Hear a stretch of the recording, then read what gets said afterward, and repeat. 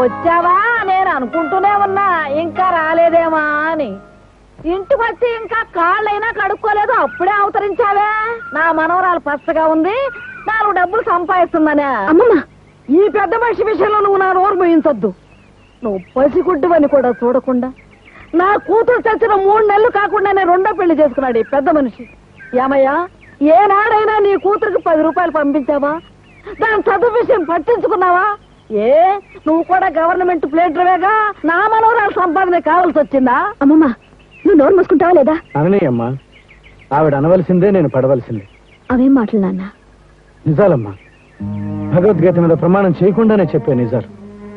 అత్తగారు, నేను ఇక్కడికి వచ్చింది నా కూతుర్ని మంచి చేసుకుని నెల దాని జీతం పట్టుకుపోదామని మాత్రం కాదు. కనీ పెంచలేని పిల్ల కనిపించగాని కళ్ళతోనే ఆశీర్వదించి వెళదామని. ఈ శ్రీరంగ నీతులకెళ్ళే వినేవాళ్ళుంటే ఎన్నైనా చెప్తావు.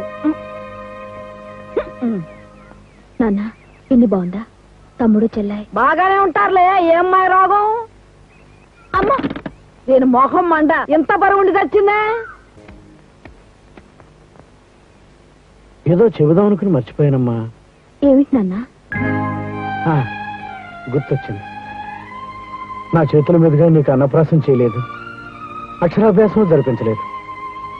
కనీసం నా చేతుల మీదుగా నీ పెళ్ళైనా జరిగేది చూడమ్మా.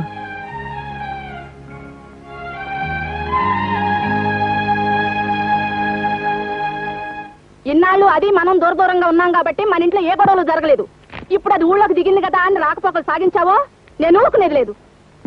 దానికి పెళ్ళని పేరెంట్ అని నా ఇల్లు దోచిపెట్టాలనుకుంటున్నామేమో. పూచికి పుల్ల కూడా నా గడప దాటానికి వీల్లేదు. అలా జరిగిందో ఈ ఇల్లు వల్లకాడు చేసేస్తాను. ఏంటమ్మా మాటలు? నోర్ము ఇవే, చేసే పని ముందు చెప్పడం అమ్మకు అలవాటు. నా మానాన్ని నేను వాగుతుంటే నోరు విప్పవే. నాకు మనుషులతో మాట్లాడటం అలవాటు,